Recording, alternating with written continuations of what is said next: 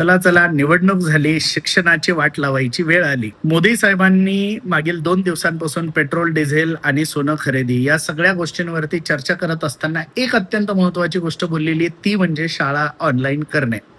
आता अर्थात आपला देश जर अडचणीत असेल, परकीय चलन जर आपल्याकडे नसेल, तर काही कठोर पावलं आपल्याला उचलावं लागतील. याबाबत आमचा मोदींना पूर्ण पाठिंबा आहे. परंतु सगळ्यात पहिल्या फेजमध्ये शिक्षणाचीच वाट का लावायची, हा महत्वाचा प्रश्न आहे. काही गोष्टी नीट समजून घ्या. ऑनलाईन वर्ग केल्यानंतर काय होतं हे कोविडच्या नंतर शिक्षकांना एकदा मोदी साहेबांनी विचारलं पाहिजे, कारण आम्हीच हे सगळं खरं सांगू शकतो की किती वाट लागलेली आहे आपल्या एका पिढीची फक्त ऑनलाईन एज्युकेशनमुळे. आता ऑनलाईन एज्युकेशन वाईटच आहे का? तर मुळीच नाही. ऑनलाईन एज्युकेशन चांगलं आहे, परंतु मुलांची ती समज आहे का? पालक त्या गोष्टीवरती लक्ष देऊ शकतात का? ही नवीन जी म्हणजे शिकवण्याची जी पद्धत आहे, ही पद्धत मुलांच्या पसनी पडते का? आणि पालक त्याला कंट्रोल करू शकता का? ही महत्वाची गोष्ट. त्याचा आपल्याला विचार करावा लागेल, अन्यथा आपल्या पिढीची वाट लागल्याशिवाय राहणार नाही.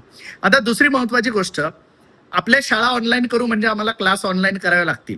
शाळेवाल्यांना काही नाही, त्यांना त्यांचे पगार मिळणार आहे, परंतु शाळेवाल्यांनी, कॉलेजवाल्यांनी नीट काम न केल्यामुळे, आणि काम का नाही नीट करत, तर 99% संस्था चालक कसे पद भरता हे उभ्या भारताला, उभ्या महाराष्ट्राला चांगलंच माहिती आहे.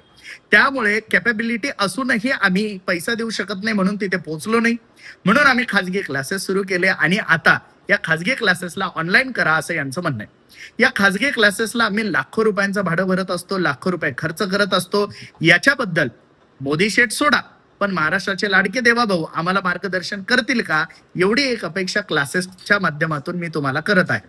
त्यामुळे येणाऱ्या काळामध्ये जर ऑनलाईन वरती आपल्याला शिफ्ट व्हायचं असेल, तर या राज्याच्या शिक्षणाचा कणा असलेले कोचिंग क्लासेस यांच्याबद्दलचं धोरण काय हे महाराष्ट्र सरकारला आधी सांगावं लागेल.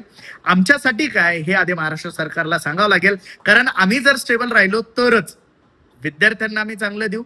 विद्यार्थी जर चांगले घडले तर उद्या महाराष्ट्र घडणार आहे. आणि पालकांना आणि खुद्द सगळ्या मंत्र्यांसहित सगळ्यांना हे माहिती आहे की क्लासेस किती गरजेचे आहेत. अर्थात हा व्हिडिओ मोदी शेठ पर्यंत पोहोचणं शक्य नाही, परंतु लाडक्या देवाभाऊंपर्यंत पोहोचवणं ही तुमची सुद्धा जबाबदारी आहे. कारण सगळ्यात पहिल्या फेजमध्ये शिक्षणाचीच वाट का लावायची, हा प्रश्न आपल्याला पडला पाहिजे. धन्यवाद.